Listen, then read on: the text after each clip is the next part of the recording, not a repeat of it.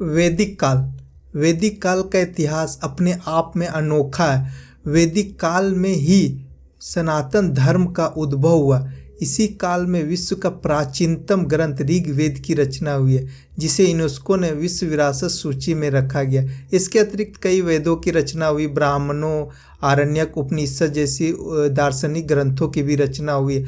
इसी काल में त्रेता युग, द्वापर युग में भगवान राम और भगवान कृष्ण का जन्म हुआ। रामायण, महाभारत जैसी घटनाएं घटी। जब इस काल में, वैदिक काल में लोहे का खोज हुआ तो लोहे ने वैदिक काल को 2 भागों में बांट दिया। इतना ही नहीं, लोहे ने द्वितीय शहरीकरण और 16 महाजनपदों का आधारशिला रखा। आज हम लोग वैदिक युग के बारे में, काल के बारे में पढ़ेंगे। इस काल का जितनी भी बातें हैं, इम्पोर्टेंट बातें, वो सारी चीज़ें आपको बताई जाएगी। आप वीडियो को पूरा देखिएगा। अगर वीडियो अच्छा लगा तो लाइक, सब्सक्राइब, कमेंट से ज़रूर कीजिएगा। चलिए हम लोग स्टार्ट करते हैं वैदिक काल। जैसा कि जानते हैं कि वैदिक काल का जो एज है, टाइम पीरियड है, वो पाया गया 1500 BC से लेके 600 BC तक। जैसे आप देख रहे हैं 1500 BC से लेके 600 BC तक। इस काल को 2 भागों में बांटा गया। 2 भागों में, पूर्व वैदिक काल, या इसको आप यह भी कह सकते हैं ऋग वैदिक काल भी। पूर्व वैदिक काल को हम लोग ऋग वैदिक काल भी कह सकते हैं, ऋग वैदिक काल, क्योंकि इसी काल में सिर्फ ऋग्वेद की रचना हुई, बाकी जितनी भी रचनाएं हुई सब उत्तर वैदिक काल में। तो ये आप याद रखिए। फिर उत्तर वैदिक काल 1000 से लेके 600 BC के बीच में हुआ। अब देखिए, ये जो 2 भागों में लोहे का बांटने की जो मैं बात कहा हूँ, इसके पीछे कारण है क्या कि जब लोहे की खोज हुआ तो लोहे में क्या है कि लोहे की ताकत पेड़ों के काटने में, सफाई करने में, जंगलों के सफाई करने में बहुत उपयोगी साबित हुआ। जब इन लोगों ने साफ किया तो इन लोग क्या हुआ, उत्तर वैदिक काल के लोग सीधे आगे बढ़ते चले गए, काटते हुए, सफाई करते हुए। देखिए आगे बढ़ते हुए लोग कहाँ तक पहुँच गए, सदानीरा तक। सदानीरा मतलब कहने मतलब गंडक नदी तक, ठीक ना, यहाँ तक पहुँच गए। अब जब इन लोगों ने जैसे काटा, इनको एरिया मिला, विस्थापित हुए। अब पता है पहले का जो थे पूर्व वैदिक काल, जो कि इस क्षेत्र में थे, इस क्षेत्र का क्या हुआ कि यहाँ लोग ने पशुपालन करते थे। लेकिन जैसे इन लोगों ने जंगल की सफाई की तो इधर का क्षेत्र क्या हुआ, यहाँ पे कृषि के लिए उपयोगी हुआ। यहाँ तक कि इसकी जलवायु उपयोगी है क्योंकि वर्षा अधिक होता है। दूसरी इसकी मृदा उपजाऊ है। कहा जाता है विश्व में अवध और मिथिला प्रदेश का जो मृदा है सबसे, मतलब कि क्या कहते हैं, उपजाऊ में से एक मृदा है। तो यहाँ हुआ, जिसके कारण क्या हुआ, इन लोग अस्थायी रूप धारण कर लिए। अब लोगों की ज़रूरतें बदलने लगा, पशुपालन सब कृषि में कन्वर्ट हो गए, सिंचाई व्यवस्था भी सीख गए, ये लोग रोपाई भी करना सीख गए। इसके बाद इन लोग क्या किए, इन लोग का अस्थायी हो गए। अस्थायी होने के कारण क्या हुआ, इन लोग नगर का निर्माण करने लगे। तो इसी कारण से क्या हुआ, 16 महाजनपद और नगरों का द्वितीय नगरीकरण होने लगे। अब जानते हैं कि पहला जो नगरीकरण है वो हड़प्पा संस्कृति समय सिंधु घाटी सभ्यता में हुआ था भारत में। तो चलिए, अब मैं इसीलिए लोहे ने सारा, अगर लोहे ने ही पूरे, मतलब क्या बोले, वैदिक युग में, वैदिक काल में लोहा का बहुत बड़ा रोल था। लोहा ने बहुत कुछ मतलब बदल दिया, लोहे की खोज ने। देखिए, प्रारंभिक वैदिक काल के लोग कहाँ रहते थे, सप्त सिंधु क्षेत्र में बसे थे, जिसमें से सिंधु और उसकी 5 सहायक नदियाँ और एक सरस्वती नदी। तो 5 सहायक नदी जानते हैं, झेलम, चेनाब, रावी, ब्यास, सतलज, सरस्वती और ये सब हुए। और इसके बाद जब उत्तर वैदिक काल आया, जैसे बताएं कि जंगल की सफाई हुए तो इन लोगों ने विस्तार किए और ये कहाँ तक चले गए, उत्तर वैदिक में यूपी होते हुए बिहार के गंडक रिवर तक, सदानीरा तक। तो आप यहाँ देख लीजिए, पहले जब अर्ली वैदिक में लोग रहते थे तो इतना ही क्षेत्र में बसे हुए थे, क्योंकि इनको पशुपालन का मुख्य व्यवसाय था। लेकिन जैसे उत्तर वैदिक काल आया तो इन लोगों ने कृषि इसका मुख्य व्यवसाय हो गया।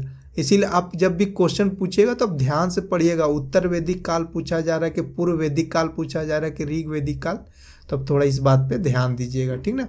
तो चलिए नेक्स्ट देखिए, अब जानते हैं कि किसी भी क्रोनोलॉजी में, टाइम पीरियड में किसी भी चीज़ का पता लगाने की ये वैदिक काल कब घटा था, कहाँ है, किस समय है।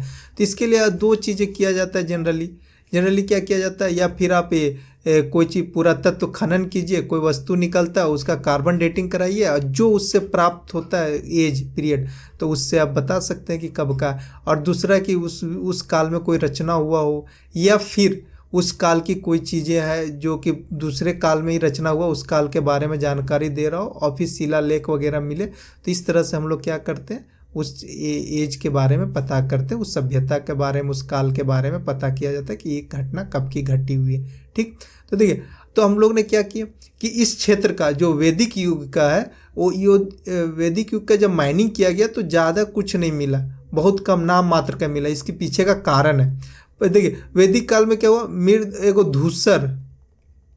धूसर मृद भांड मिला। क्या मिला? मृद भांड, मतलब जब खनन किया गया तो, ठीक है। इसको हम लोग PGW कहते हैं। PGW मतलब पेंटेड ग्रे वेयर, कल्चर भी कह सकते हैं, कल्चर, ठीक ना। मतलब इस चल रहा था, इसको पीडू कहा जा सकता है। धूसर मृद भांड किस समय का मतलब बताता है, तो आप याद रखिएगा वैदिक काल के बारे में उल्लेख करता है। ये मिला। अब भाई जब इतनी बड़ी लोग रहते थे तो फिर आखिर और चीज़ें क्यों नहीं मिला, तो देखिए इसके पीछे का दो कारण बताया जाता है। पहला कारण यह है कि जो भी वैदिक काल के लोग थे कबीलाई रूप में रहते थे, छोटे छोटे टुकड़े में रहते थे, पशुपालन का काम करते थे। तो पशुपालन में जानते कि चराने के लिए यहाँ से वहाँ घूमना पड़ता था। इन लोग थोड़ा घुमंतु थे, तो अस्थायी रूप से इन लोग ज़्यादा बसते नहीं थे। कुछ दिन यहाँ रुके, फिर यहाँ पे ख़त्म हो गया तो आगे जाके बसे। इन लोग ग्रुप में चलते थे, जिसके कारण क्या हुआ कि उन लोग कहीं पे कोई बड़ा स्थापत्य नहीं किया, ना ही कोई चीज़ का एस्टेब्लिश किया। दूसरी बात, जब इन लोगों ने यूपी बिहार के क्षेत्र में आए, इधर का विस्तार हुआ, यहाँ पे लोग बसने लगे, तो यहाँ का जो क्लाइमेट है ना, क्लाइमेट में आर्द्र जलवायु मतलब ह्यूमिडिटी है वायु में। अगर एयर में ह्यूमिडिटी होगा ना तो कोई भी चीज़ बनाइएगा ना तो डिस्ट्रॉय कर देगा। जैसे मान लीजिए लोहा का अगर आप कोई चीज़ बनाते हैं तो वो तो जंग लग जाएगा क्योंकि आर्द्र है। तो इसी तरह से तो ये सारे चीज़ डिस्ट्रॉय कर गए। तो इसका दो कारण बताया जाता है, उन लोग एक तो स्थापित नहीं किए कोई चीज़ का, और दूसरा चीज़ बताया जाता है कि ये इस क्षेत्र में नहीं बच सकता है क्योंकि इसका जलवायु नमी युक्त है। तो ये सब कारण से यहाँ नहीं प्राप्त हुआ। हाँ, लेकिन हम लोग को वैदिक साहित्य के आधार पे हम लोग इसकी जानकारी रखते हैं, इसीलिए हम लोग को वैदिक साहित्य ज़्यादा पढ़ना रहता है।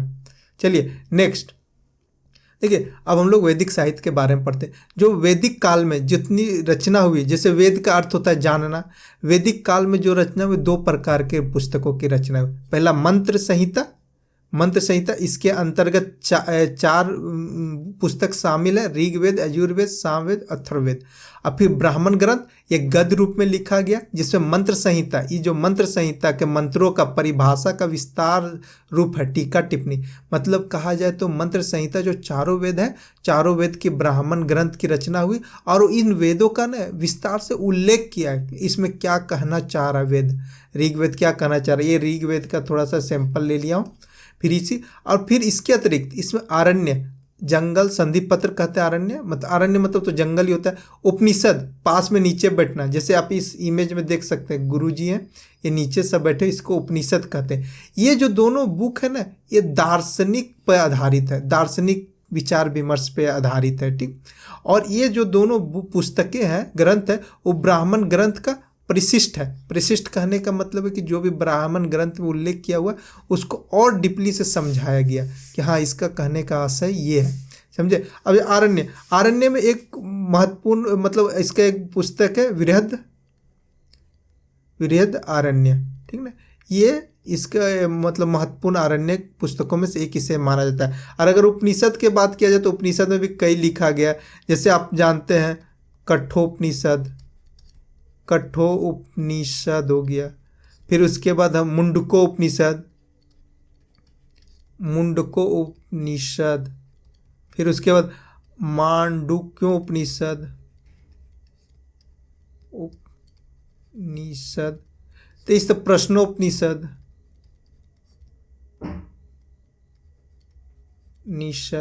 तो इस तरह के कई उपनिषद लिखे हो। आप बताइए कि सतमें जयते किस उपनिषद से लिया गया, तो मैं ही बता देता हूँ, मुंडकोपनिषद, ठीक, याद रखिएगा, ठीक है।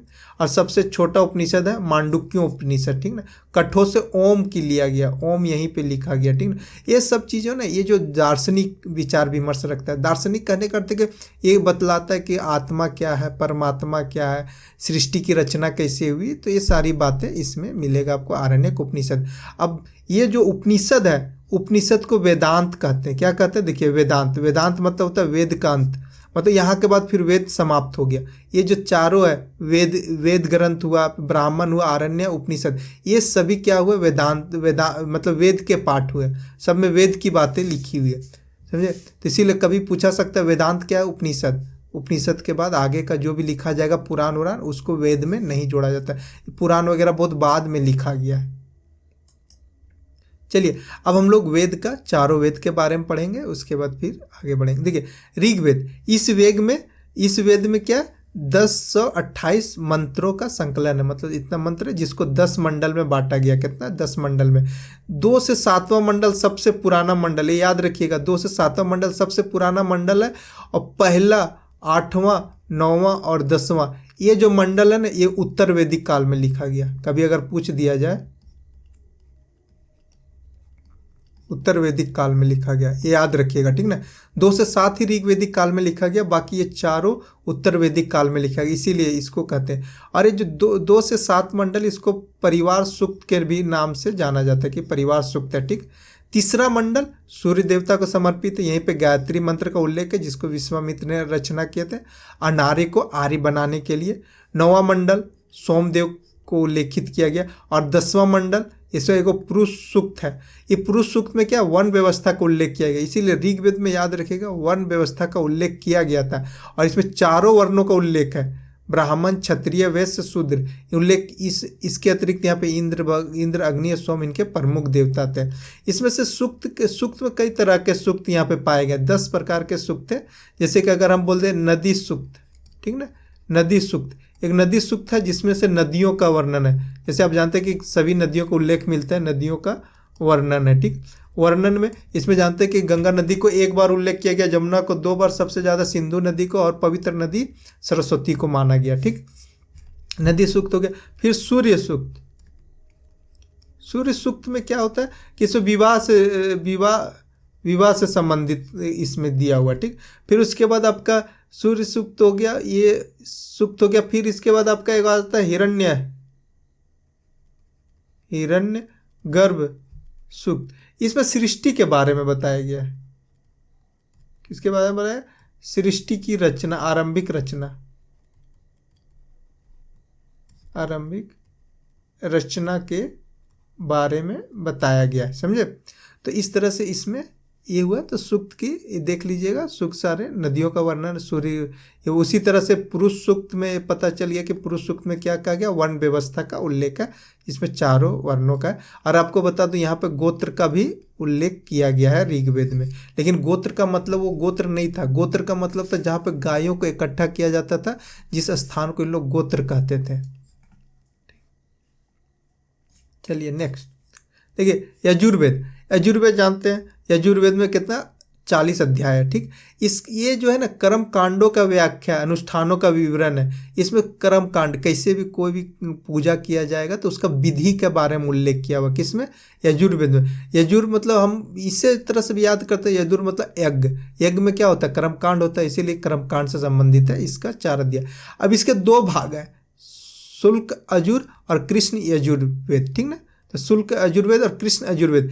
जो कृष्ण यजुर्वेद है ना, पहली बार गद्य का प्रयोग किया गया, ठीक। तो ये याद रखिएगा, कृष्ण यजुर्वेद में पहली बार गद्य का प्रयोग किया गया, समझे। गद्य मतलब लिखन, मतलब कि ऐसे टाइप से का प्रयोग किया गया, किसमें, कृष्ण यजुर्वेद में। और इसमें सारे यज्ञ कैसे किया जाता है, हवन कब करना, कर्मकांड कैसे करना, इस सारे का आपको यजुर्वेद में ही मिलेगा लिखे। और सामवेद, साम से संगीत कर दीजिएगा, वैदिक मंत्रों के गायन की पद्धति की व्याख्या करता है। जैसे कि आप कोई पूजा कर रहे हैं तो गायन पद्धति में गीत गाते हुए अगर मंत्रों को उच्चारण करने का जो ताल जो बता रहा है कि किस तरह से लय और ताल के साथ आप गा सकते हैं, तो सामवेद में कहा गया। सामवेद कहा जाए तो ऋग्वेद की जितनी भी मंत्रों की रचना है ना, उसको गायन शैली में ही ये क्या किया गया, बताया कि इस तरह से गा सकते हैं आप। इसमें करीब 1810 श्लोक है और कहा जाता है कि मात्र 75 श्लोक ही नया इसमें सम्मिलित हुआ, नहीं तो बाकी सब ऋग्वेद का ही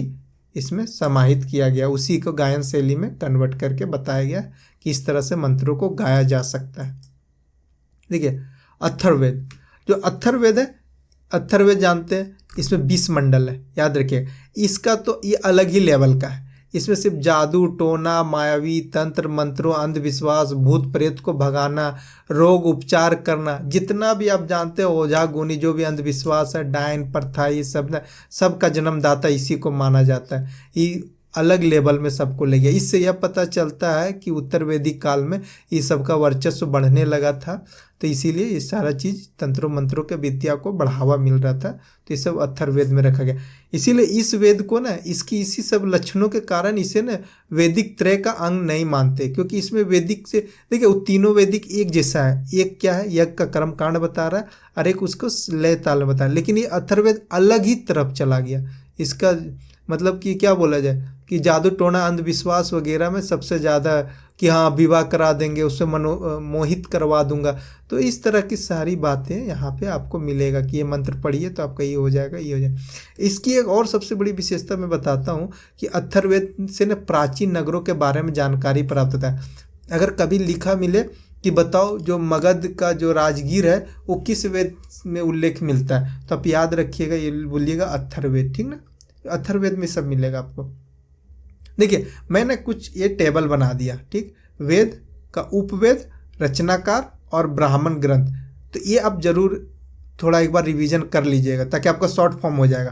देखिए ऋग्वेद, ऋग्वेद है ना, इसका उपवेद को कहते हैं आयुर्वेद, याद रखिएगा। ऋग्वेद का उपवेद कौन सा है, आयुर्वेद, और इसके रचनाकार कौन है, प्रजापति, जो बाद में ब्रह्मा बनेंगे, ठीक ना।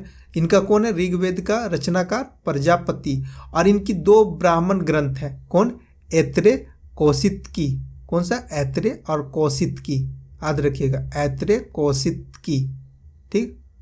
तो ये 2 किसका है, ऋग्वेद का।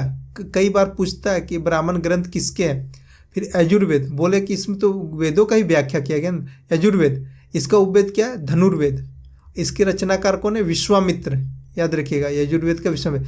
इसका 2 ब्राह्मण ग्रंथ है, शतपथ और तैत्तिरीय, और ये जो शतपथ है ना, सभी ब्राह्मण ग्रंथों में से शतपथ सबसे महत्वपूर्ण है, सबसे महत्वपूर्ण है, ठीक ना। इसमें ना कृषि प्रणाली का उल्लेख किया गया है,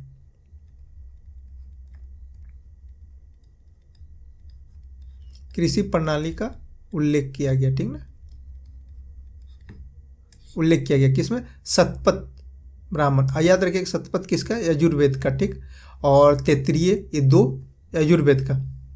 सामवेद, सामवेद का उपवेद क्या, गंधर्ववेद, इसका रचना कौन किया, नारद, और इसका ब्राह्मण ग्रंथ कौन सा, पंचविश, पंचविश याद रखिएगा, सामवेद का पंचविश, लास्ट में सा और ईसा, तो आप ये याद रखिए। देखिए अथर्ववेद, इसको शिल्पवेद इसका उपवेद है, विश्वकर्मा इनकी रचना किया, और गोपथ इनका क्या है, ब्राह्मण ग्रंथ है, तो ब्राह्मण ग्रंथ याद रखिए गोपथ है, तो गोपथ भी 2वां रैंक आता है गोपथ का, ठीक ना, तो आप ये याद रख सकते हैं। इसे आप एक बार रिवीजन कर लीजिएगा, ठीक, ये इम्पोर्टेंट है, यहाँ से क्वेश्चन बनता है, तो मैंने इसको टेबल फॉर्म में आपके सामने ला के रख दिया। चलिए नेक्स्ट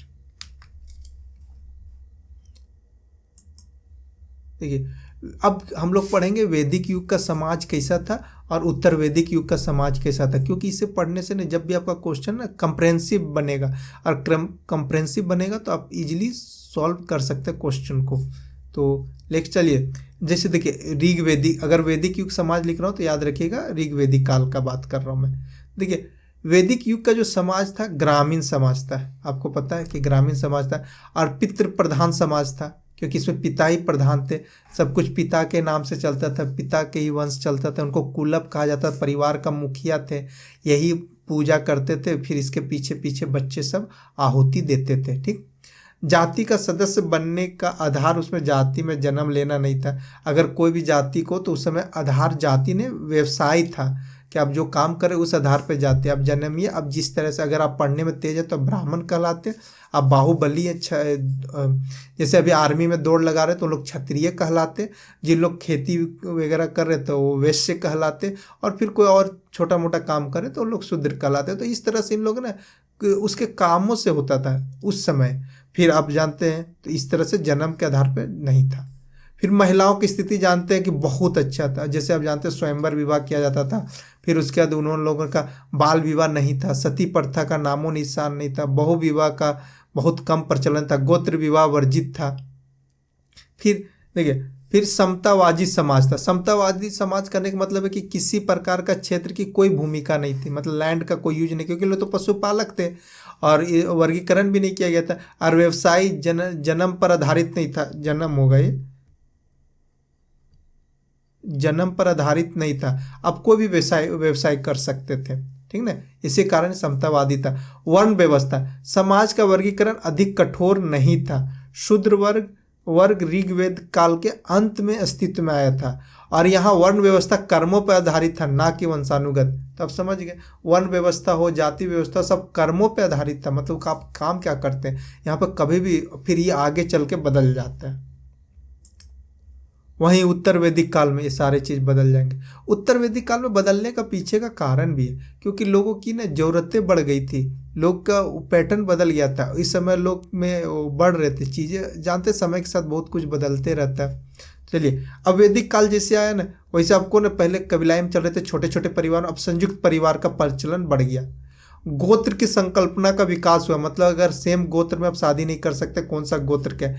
नारी की स्थिति में परिवर्तन आ गया, अब नारी को यहाँ पे नीचा हो गया, नारी की स्थिति को नीचा कर दिया गया, मतलब उनको अब सब चीज़ में अधिकार नहीं मिल रहा है। पहले जो ऋग्वेद में थे तो सभा समिति, 2 समितियाँ थी, सभा समिति, उसमें नारी जाके उसमें बैठती थी, सभा में भाग लेती थी, और कई महिलाएं अपाला या घोषला वगैरह, घोषाला, इन लोग महिलाएं लोपा मुद्रा, इन जो ऐसी विदुषी हुई हैं जिन्होंने ऋग्वेद में रचना की है। लेकिन उत्तर वैदिक काल के बाद आपको नहीं सुनने को मिलेगा कि यहाँ पे कोई महिला भी किसी चीज़, मतलब किसी भी ग्रंथ में अपने रचना की हो। तो इसके कारण नारी शक्ति की स्थिति में परिवर्तन आ गया। वर्ण व्यवस्था, अब क्या हुआ, वर्ण व्यवस्था समाज का वर्गीकरण में ब्राह्मण, क्षत्रिय, वैश्य, शूद्र में हो गया, और ये जटिल होते चला गया।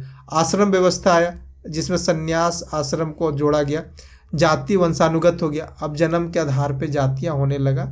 विषमतावादी परंपरा बढ़ने लगा, क्षत्रिय और ब्राह्मणों के पास अधिक संपत्ति अर्जित होने लगा, और ब्राह्मण बहुत शक्तिशाली बन गया। समझे, तो ये बात याद रखिए। विषमवादी, वहाँ पे समतावादी था, विषमवादी क्यों हो गया कि क्षत्रिय और ब्राह्मण मिलके कर्मकांडों के कारण अत्यधिक कर्मकांड बढ़ने लगा, जिसके कारण ब्राह्मणों को दान वगैरह मिलने लगा, तो उससे वो बहुत शक्तिशाली, वो नया नया टेक्निक बताने लगे ब्राह्मण कि आप ऐसे करोगे जजमान तो आपका ऐसी भला होगा। तो लोग खेती उती करने के लिए बलि उली देते थे, तो उसी में ब्राह्मणों को फायदा हो जाता था। चलिए, कुछ वैदिक काल और उत्तर वैदिक काल का अर्थव्यवस्था में अंतर हम बताते हैं, समझे, इससे आपका कॉन्सेप्ट क्लियर होगा। देखिए, जो पूर्व वैदिक काल था उसमें लोग पशुपालन का काम करते थे। अब गाय जानते हैं कि गौ यहाँ पे सबसे पवित्र था, समझे, गो, समझे, बहुत सारे नाम मिलेंगे आपको, गोवेंद्र हो गया, गावेंद्र हो गया, दुहित्री हो गई, जो दूहने वाली बेटी को दुहित्री कहा जाता था, गावेंद्र कहा जाता था, गावेंस कहा जाता था जो खोज करते थे गाय को, गौपति कहलाते थे जो मुखिया होते थे। तो इस तरह से बहुत सारे नाम, इसी से पता चलता है कि इन लोग का गौ महत्वपूर्ण संपत्ति था, जिसके पास जितना गाय था समझिए वो उतना अमीर था। कौन सा, पूर्व वैदिक काल में। तो पशुपालन इनका काम था। फिर जैसे ही लोहा की खोज हुआ तो कृषि में आ गए, कन्वर्ट हो गया कृषि में। फिर उसका देखिए, इनका पशुपालन क्या था, जीविका, और इसका भी पशुपालन करते थे तो कृषि कार्यों के लिए, जैसे बैल उल पालना, गाय, तो कृषि कार्य के लिए पशुओं को पालते थे।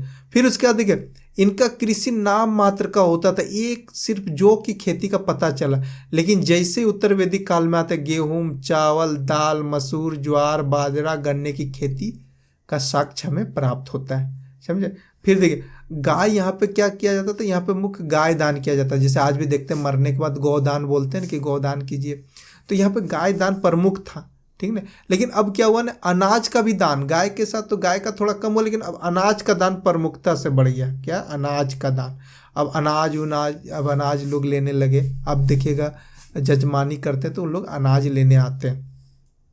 देखिए, धार्मिक अनुष्ठान, जब धार्मिक अनुष्ठान किया जाता था तो घी और दूध का आह्वान किया जाता था, हवन किया जाता था, घी डाल के, दूध डाल के। लेकिन कृषि उत्पादन, तेल वगैरह हो गया, मतलब कृषि की वस्तुओं का अब इसमें प्रयोग करने लगा हवन में। देखिए, ये याद रखिएगा, अयस्क तांबा और कांस्य को कहा जाता था, ठीक ना।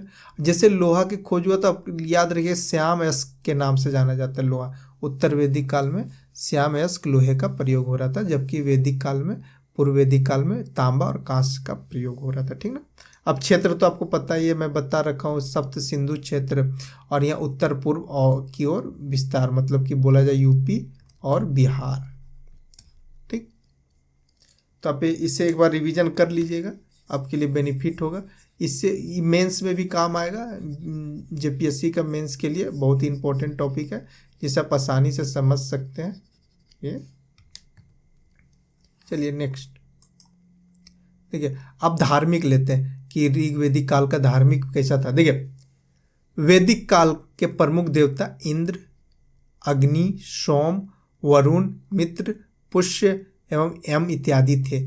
इंद्र का उल्लेख ऋग्वेद में सबसे अधिक बार होता है। इन्हें युद्ध का देवता और मौसम के देवता के रूप में भी जाना जाता था, ठीक, क्योंकि इनको बारिश से लोग डरते थे।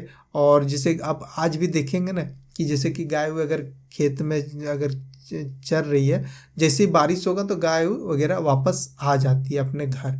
वो बारिश के समय में वहाँ रुकती नहीं है, खेतों में चरती नहीं है, वापस घर आ जाती है। तो जब बारिश होता था तो क्या होता था, सारे गाय कोई भी अगर पकड़ के ले जाते थे, और अगर रास्ते में बारिश हुआ तो सभी गाय वापस भागते हुए अपने घर आ जाते थे। तो यही कारण से इनको माना जाता था, इंद्र को देवता का उल्लेख किया गया।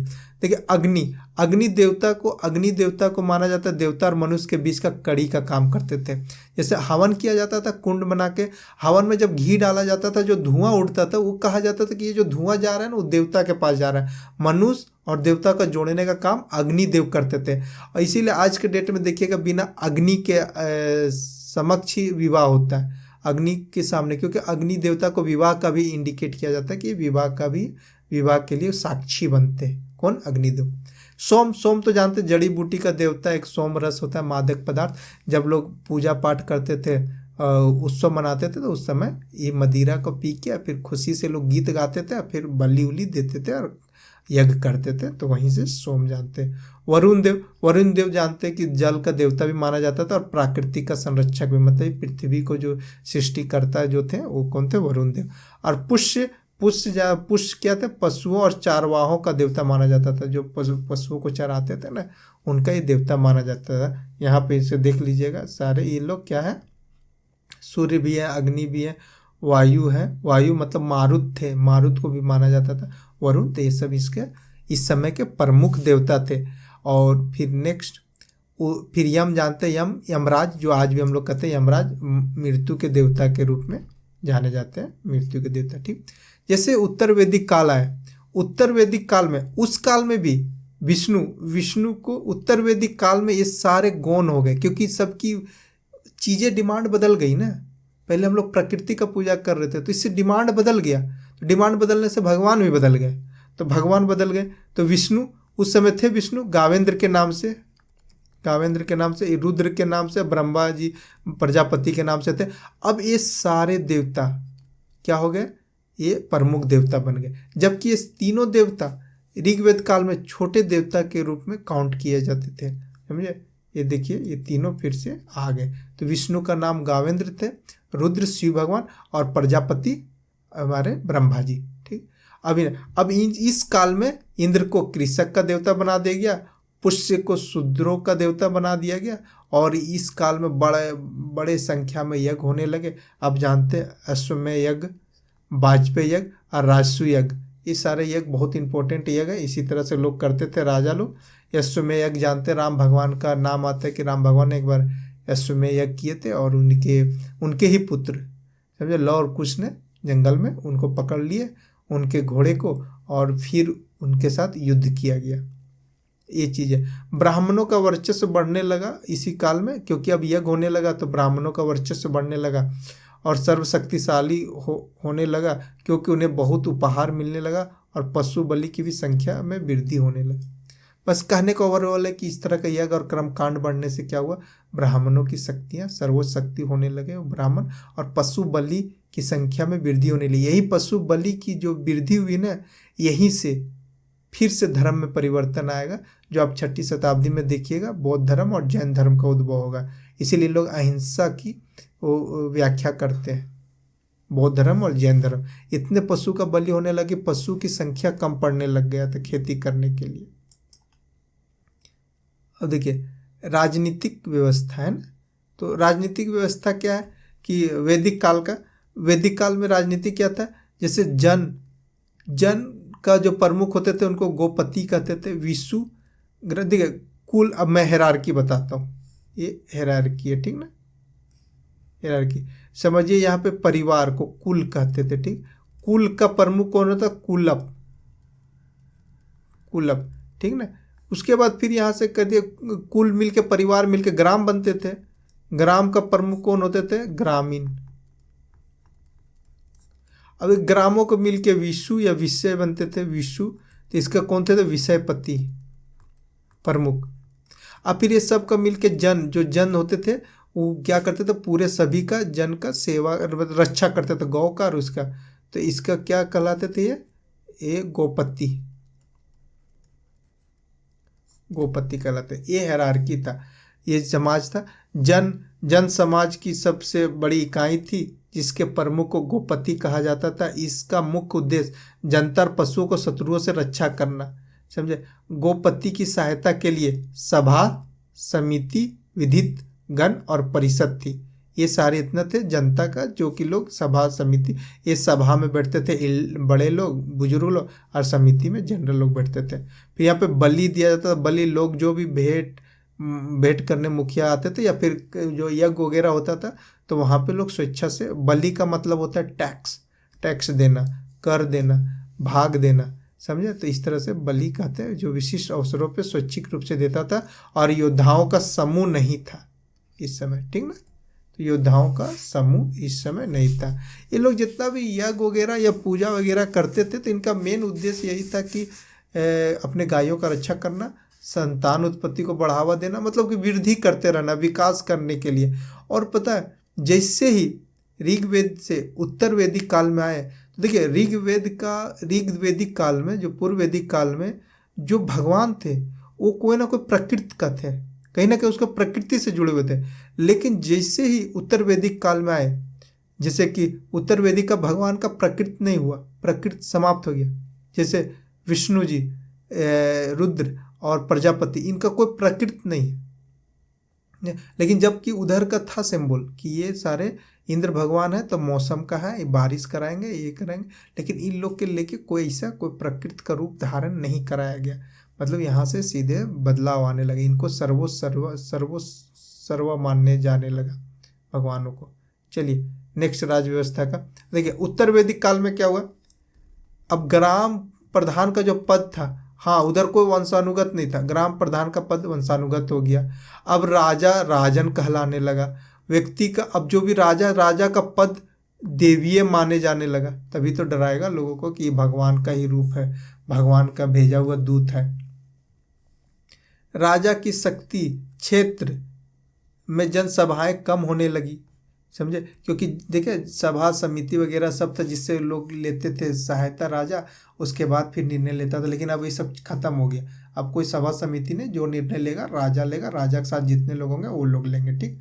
इनकी सेना संरचना की व्यवस्था आया, सेना की संरचना, उसमें कौन, पुरोहित, सेनानी, ग्रामीण आदि रहते थे। उसमें सेना के लोगों के लिए शुल्क, बलि और भाग पर निर्भर था। सेना जो थे लोगों के, किसान के, जैसे अब टैक्स पे अब डिपेंड करने लगा उत्तर वैदिक काल में। सेना कैसे चलेगा जब तक आप कुछ टैक्स नहीं दोगे, बलि नहीं दोगे। आज भी चल रहा है, सब लोग कृषि कर तो हमेशा लगते आया। चलिए फिर आप जानते हैं, प्रधान और ब्राह्मण धर्म के नाम पर लोगों पर नियंत्रण स्थापित करने लगा।